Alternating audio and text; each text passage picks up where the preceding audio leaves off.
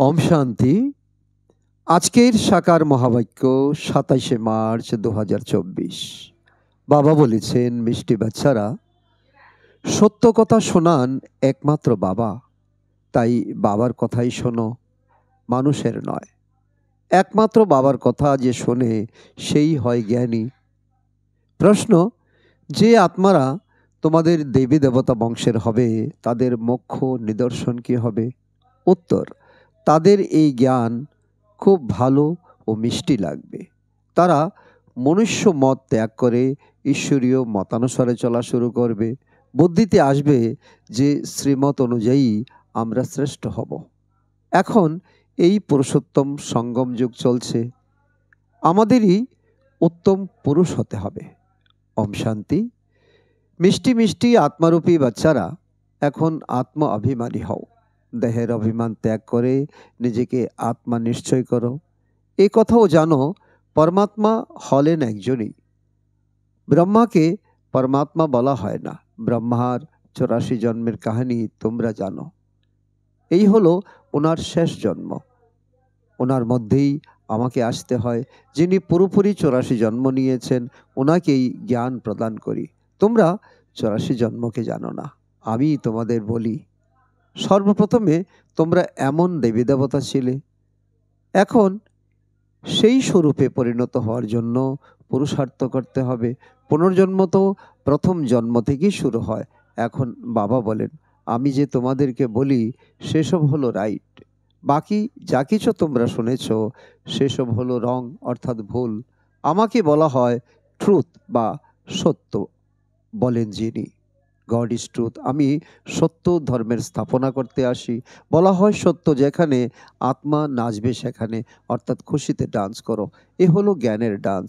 তারা কৃষ্ণকে দেখায় মুরলী বাজিয়ে রাস করছে। উনি হলেন সত্যখণ্ডের মালিক, কিন্তু কৃষ্ণকে এমন কে তৈরি করেছেন? সত্যখণ্ডের স্থাপনা কে করেন? ওটা হলো সত্যখণ্ড, এটা হলো মিথ্যাখণ্ড। ভারত সত্যখণ্ড ছিল যখন এই লক্ষ্মীনারায়ণের রাজত্ব ছিল। সেই সময় অন্য কোনো খণ্ড ছিল না। মানুষ এই কথা জানে না যে স্বর্গ কোথায়। কেউ মারা গেলে বলে অমুকে স্বর্গে গেছে। বাবা বুঝান, তোমরা উল্টোভাবে ঝুলে আছো, মায়ার অধীন হয়েছ। এখন বাবা এসে তোমাদের সোজা করছেন। তোমরা জানো, ভক্তদের ভক্তির ফল প্রদান করেন ভগবান। এই সময় সবাই ভক্তি মার্গে আছে। যা কিছু শাস্ত্র ইত্যাদি আছে সেসব হলো ভক্তি মার্গের। এই গীত গান ইত্যাদি সবই হলো ভক্তি মার্গের। জ্ঞান মার্গে ভজন ইত্যাদি হয় না। তোমরা জানো, আমাদের শব্দের ঊর্ধ্বে যেতে হবে, অর্থাৎ ফিরে যেতে হবে। বাবা বলেন, মিষ্টি বাচ্চারা, মুখে হে ভগবান কখনো বলবে না। এরকম বলাও হলো ভক্তি মার্গ। কলিযুগের শেষ সময় পর্যন্ত ভক্তি মার্গ থাকে। এখন এটা হলো পুরুষোত্তম সঙ্গম যুগ, যখন বাবা এসে জ্ঞানের দ্বারা উত্তম পুরুষে পরিণত করেন। তোমরা একটি ঈশ্বরীয় মতানুযায়ী চলো। ঈশ্বর যা বলেন সবই রাইট। বাবা মনুষ্য দেহে এসে বলেন, তোমরা অনেক বুদ্ধিমান ছিলে, বোধযুক্ত ছিলে, এখন কতখানি অবুঝ হয়েছ। তোমরা গোল্ডেন এজে অর্থাৎ স্বর্ণযুগে ছিলে, এখন আয়রন এজে অর্থাৎ লৌহ যুগে এসেছ। যারা এখানকার সঙ্গম যুগের, তারা এই জ্ঞান খুব ভালো লাগবে, ভালোবাসবে। এখানকার আত্মাদের মিষ্টি লাগবে। এই বাবা অর্থাৎ ব্রহ্মা বাবা নিজেও গীতা পাঠ করতেন। বাবাকে, শিব বাবাকে পেয়ে সব কিছু ছেড়ে দিলেন। উনি অনেক গুরুর কাছে দীক্ষিত ছিলেন। বাবা বলেন, সবাই হলো ভক্তি মার্গের গুরু। জ্ঞান মার্গের গুরু একমাত্র আমি। যখন আমার কাছে জ্ঞান শুনবে তখন তাদের জ্ঞানী বলা যেতে পারে। বাকি সবাই হলো ভক্ত। এই শ্রীমত হলো শ্রেষ্ঠ, বাকি সব মত হলো মনুষ্য মতামত। এই হলো ঈশ্বরীয় মত। ওসব হলো রাবণের মত, এ হলো ভগবানের মত। ভগবানুবাচ, তোমরা হলে অনেক মহান ভাগ্যশালী, তাই তোমাদের বর্তমান সময় হলো হিরে তুল্য জন্ম। আংটিতেও হিরে মাঝখানে লাগানো হয়, মালার উপরে ফুল থাকে। তারপর মেরু, নামও হলো আদম বিবি। তোমরা বলবে মাম্মা বাবা, আদিদেব এবং আদিদেবী। ওনারা হলেন সঙ্গমের। সঙ্গম যোগই হলো সবচেয়ে উত্তম। যখন এই রাজ্যের অর্থাৎ স্বর্গের স্থাপনা হচ্ছে। বাচ্চারা, তোমাদের এই সময় ষোলকলা সম্পূর্ণ হতে হবে। পুরানো দুনিয়াকে নতুন করেতে বাবা এসেছেন। এই দুনিয়ার ডিউরেশন অর্থাৎ কত সময় চলবে, এই কথাটিও তোমরা অর্থাৎ বাচ্চারা ছাড়া কারো জানা নেই। লক্ষ বছর বলে দেয় তারা। এসব হলো মিথ্যা কথা, মিথ্যা মায়া, মিথ্যা কায়া, মিথ্যা সংসার। সত্য হলো নতুন দুনিয়া, এটা হলো মিথ্যা খণ্ড। এই মিথ্যা খণ্ডকে সত্যখণ্ডে পরিণত করা একমাত্র বাবার কাজ। বাবা বলেন, ভক্তি মার্গে যা কিছু পড়েছ সেসব ভুলে যাও। এ হলো তোমাদের অসীম জগতের বৈরাগ্য। তারা তো কেবল ঘর সংসার ত্যাগ করে জঙ্গলে বাস করে। এও ড্রামাতে নির্ধারিত আছে। কেনর কোনো প্রশ্ন ওঠে না। এটা তো হলো তৈরি করা খেলা। বাচ্চারা, তোমাদের বাবা বোঝান, এমন সব হয়। অন্য ধর্মের মানুষ স্বর্গে আসতে পারে না। বৌদ্ধ ডিনায়েস্টি, খ্রিশ্চান ডিনায়েস্টি, তারা কেউই স্বর্গে আসে না, তারা পরে আসে। সর্বপ্রথমে হলো ডিটি ডিনায়েস্টি অর্থাৎ দেবী দেবতার ধর্মের আত্মারা আসেন। তারপরে ইব্রাহিম, বৌদ্ধ, ক্রাইস্ট এসে নিজেদের ধর্ম স্থাপন করেন। বাবা পুরুষোত্তম সঙ্গম যুগে এসে এই দেবতা ডিনায়েস্টি স্থাপন করেন।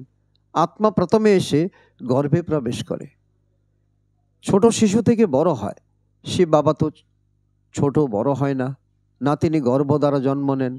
বুদ্ধের আত্মা প্রবেশ করে, বৌদ্ধ ধর্ম প্রথমে তো হয় না। নিশ্চয়ই এখানকার কোনো মানুষের ভিতরে প্রবেশ করেন, তারপর গর্ভে তো অবশ্যই আসবেন। বৌদ্ধ ধর্ম একজন স্থাপন করেন, তারপরে তার পিছনে অন্যরা আসে। এইভাবে বৃদ্ধি হয়েছে। যখন লাখ খানেক হয়ে যায় তখন রাজত্ব চলে। বৌদ্ধদেরও রাজ্য ছিল। বাবা বোঝান, তারা সব পরে আসে, তাদের গুরু বলা হবে না। গুরু হন একজনই, তিনি নিজের ধর্ম স্থাপনা করে নিচে নেমে আসেন। বাবা সবাইকে উপরে পাঠিয়ে দেন, তারপর মুক্তিধাম থেকে এক এক করে নিচে আসে। তোমরাও জীবন মুক্তি থেকে নিচে নেমেছ। তারা যদিও মুক্তি থেকে নিচে নামে, তাদের মহিমা কিসের? জ্ঞান তো সেই সময় লুপ্ত হয়ে যায়। বাবা জ্ঞান প্রদান করেন গতি সদ্গতির জন্য। তিনি গর্ভে আসেন না, ওনার মধ্যে বসে আছেন।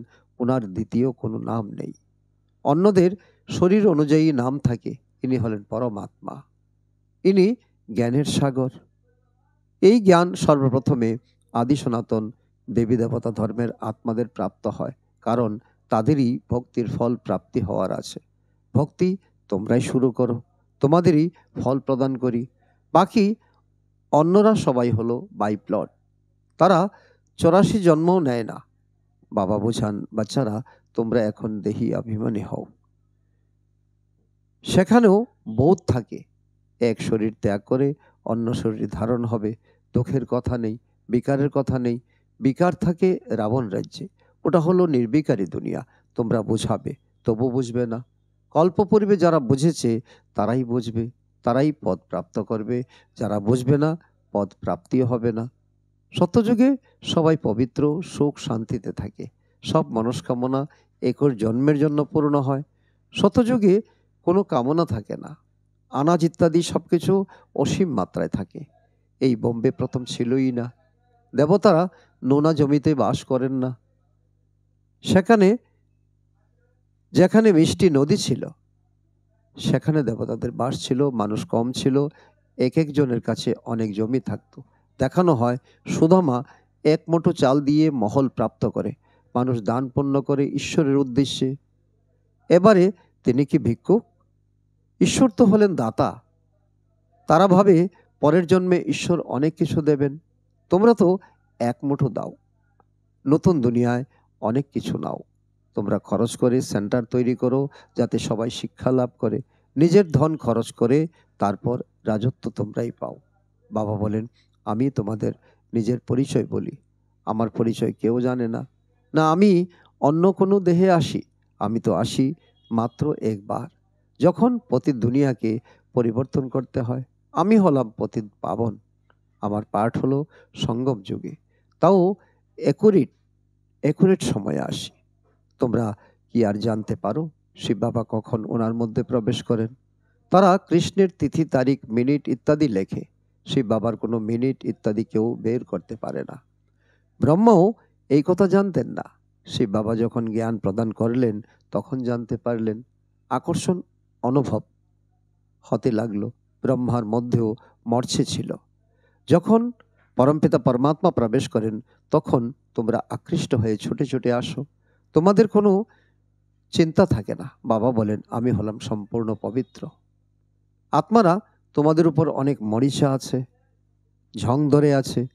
এখন সেসব কিভাবে দূর হবে? ড্রামাতে সব আত্মাদের নিজের নিজের পার্ট আছে। এসব হলো গুহ্য কথা। আত্মা হলো অতি সূক্ষ্ম। দিব্য দৃষ্টি ছাড়া আত্মাকে কেউ দেখতে পায় না। বাবা এসে তোমাদের জ্ঞানের তৃতীয় নেত্র প্রদান করেন। তোমরা জানো আমাদের অর্থাৎ আত্মাদেরই বাবা পড়ান। ভক্তি মার্গে তো জ্ঞান হলো আটায় যেটুকু লবণ। যেমন ভগবানবৎস শব্দটি রাইট, কিন্তু কৃষ্ণ বলে দিলে আবার ভুল হয়ে যায়। মনমনাভব শব্দ হলো সঠিক, কিন্তু অর্থ বোঝে না। মামেকম শব্দটি রাইট, এ হলো গীতার যুগ। ভগবান এই সময় এই রথে আসেন। তারা দেখিয়েছে ঘোড়ার গাড়ি, তাতে কৃষ্ণ বসে আছে। এবারে কোথায় ভগবানের এই অর্থাৎ ব্রহ্মা দেহরূপী রথ, কোথায় ঘোড়া গাড়ি? কিছুই বোঝে না। এ হলো অসীম জগতের বাবার বাড়ি। বাবা সব আত্মারূপী বাচ্চাদের 21 জন্মের জন্য হেলথ, ওয়েলথ, হ্যাপিনেস প্রদান করেন। এও হলো অনাদি অবিনাশী তৈরি করা ড্রামা। কখন শুরু হয়েছে বলা যাবে না, চক্র ঘুরতে থাকে। এই সঙ্গমের কথা তো কারো জানা নেই। বাবা বলেন, এই ড্রামা হলো 5000 বছরের। অর্ধেক হলো সূর্যবংশী চন্দ্রবংশী, অর্ধেক অর্থাৎ 2500 বছরে বাকি অন্য সব ধর্ম। তোমরা জানো শতযুগ হলো ভাইসলেস দুনিয়া, অর্থাৎ পাপ মুক্ত দুনিয়া। তোমরা এখন যোগবলের দ্বারা বিশ্বের রাজত্ব প্রাপ্ত করো। খ্রিস্টানরা নিজেরাই বুঝে আমাদের কেউ প্রেরণা দিচ্ছে, ফলে আমরা বিনাশের জন্য এইসব তৈরি করি। তারা বলে আমরা এমন বোমা তৈরি করি যে এক দুনিয়া নয় 10টি দুনিয়া শেষ হয়ে যাবে। বাবা বলেন, আমি স্বর্গ স্থাপন করতে আসি, বাকি বিনাশ তো এরা করবে। আচ্ছা, মিষ্টি মিষ্টি হারানিধি বাচ্চাদের প্রতি মাতা পিতা বাপদাদার স্মরণের স্নেহ সুমন আর সুপ্রভাত। আত্মাদের পিতা তার আত্মারূপী বাচ্চাদের জানাচ্ছেন নমস্কার। আমরা আত্মারূপী সন্তানরা আমাদের মাতা পিতা বাপদাদাকে জানাই স্মরণের স্নেহ সুমন এবং সুপ্রভাত। ধারণার জন্য মুখ্য সার 1 নম্বর, অসীম জগতের বৈরাগ্য হয়ে যা কিছু এখনো পর্যন্ত ভক্তি মার্গে পড়েছ বা শুনেছ সেসব ভুলতে হবে। একমাত্র বাবার কথা শুনে তার শ্রীমত অনুযায়ী নিজেকে শ্রেষ্ঠ করতে হবে। নাম্বার 2, যেমন বাবা হলেন সম্পূর্ণ পবিত্র, তার উপরে কোনো মর্চে নেই, তেমন পবিত্র হতে হবে। ড্রামার প্রত্যেকটি পাঠধারীর পাঠ হলো একেবারে অ্যাকুরেট। এই গুহ্য রহস্যটিকেও বুঝে এগিয়ে চলতে হবে। বরদান, বাবা আর বরদাতা এই ডবল সম্বন্ধের দ্বারা ডবল প্রাপ্তি করা সদা শক্তিশালী আত্মা ভব। সর্বশক্তি হলো বাবার উত্তরাধিকার আর বরদাতার বরদান।